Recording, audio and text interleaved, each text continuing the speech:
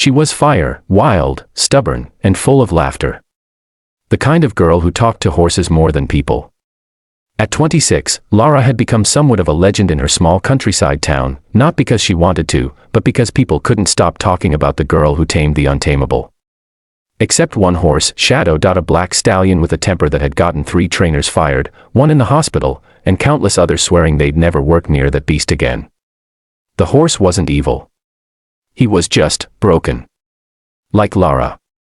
And maybe that's why she couldn't let him go. One crisp Sunday morning, Lara leaned against the fence of her family's struggling ranch, watching Shadow buck and roar with anger in his enclosure. A crowd had gathered, as they often did, curious to see if this would be the day the horse finally surrendered, but he never did. He's like every man I've ever met, she laughed to the crowd, raising her mug of coffee with theatrical flair. Wild, arrogant, and impossible to control. Someone whistled. Someone else shouted, maybe you just need the right guy. With a dramatic hand on her hip and a grin on her lips, Lara shouted back, I swear, I'll marry the first man who tames this horse.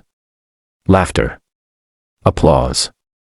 It was a joke, of course, or at least, she thought it was. 3 days later, a sleek black car rolled up the dusty road toward the ranch. It wasn't the usual kind of visitor. The man who stepped out wore an expensive tailored coat and dark sunglasses. He didn't speak. He didn't smile. And he didn't look like someone who belonged around horses. Lara was fixing a broken gate when she noticed him. You lost? She asked, wiping sweat from her brow. He just looked at her. Then past her, toward the paddock. Toward Shadow. I heard there's a horse here no one can tame, he said, finally removing his sunglasses. Lara blinked. His eyes were the sharpest shade of gray she'd ever seen. Stormy and unreadable. And you are? She asked. Kaylin Hart, he replied. She froze. Everyone knew that name, Kaylin Hart. The billionaire investor. The man who bought companies like candy bars. The recluse who made Forbes' top 10 under 40. What the hell are you doing here? She asked bluntly. You made an offer, he said simply. I'm here to take you up on it. She blinked again. Excuse me. You said you'd marry whoever tamed the horse, he repeated. I'm here to try. Lara's family thought it was a publicity stunt. Her brothers laughed for hours. But Kaylin didn't flinch, didn't even crack a smile. He signed the liability forms without reading them, took off his coat, and stepped into the paddock with Shadow. Everyone held their breath. Shadow charged, pawing the ground like a demon. Lara winced. This was a disaster waiting to happen. But then, something changed. Kaylin didn't move. Didn't shout. He just stood there, and slowly, Shadow stopped. The air turned still. The stallion paced around Kaylin, snorting suspiciously, but never charged again. 10 minutes passed. 20. And then, in a moment that made everyone gasp, Shadow stepped forward, and lowered his head. Kaylin touched the horse's mane, just once, and walked away without a word. Lara's heart slammed against her ribs. She couldn't believe it. No one said a thing as Kaylin walked back toward her. Well, he said quietly.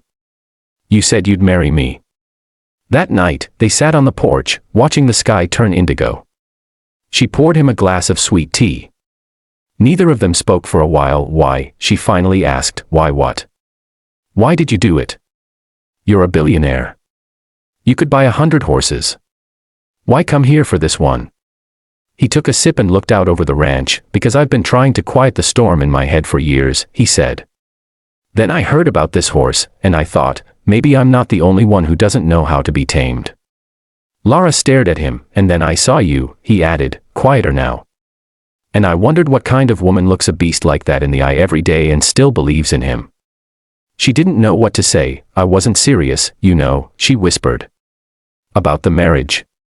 I know, he replied, and yet, here you are.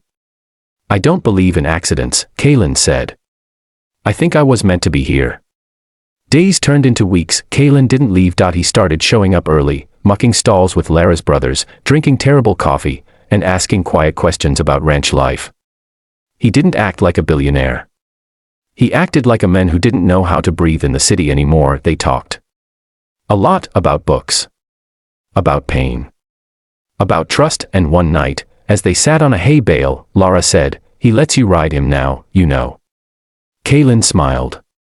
And what about you? What about me? Will you let me in, Lara? She froze. He leaned closer, just slightly. I don't need a joke or a dare. But I think you and I, we're the same kind of broken. She looked at him.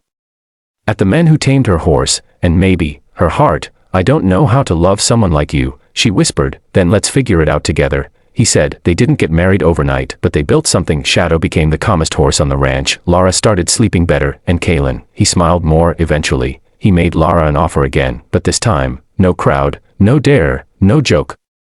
Just a quiet proposal under the stars, and this time, she said yes.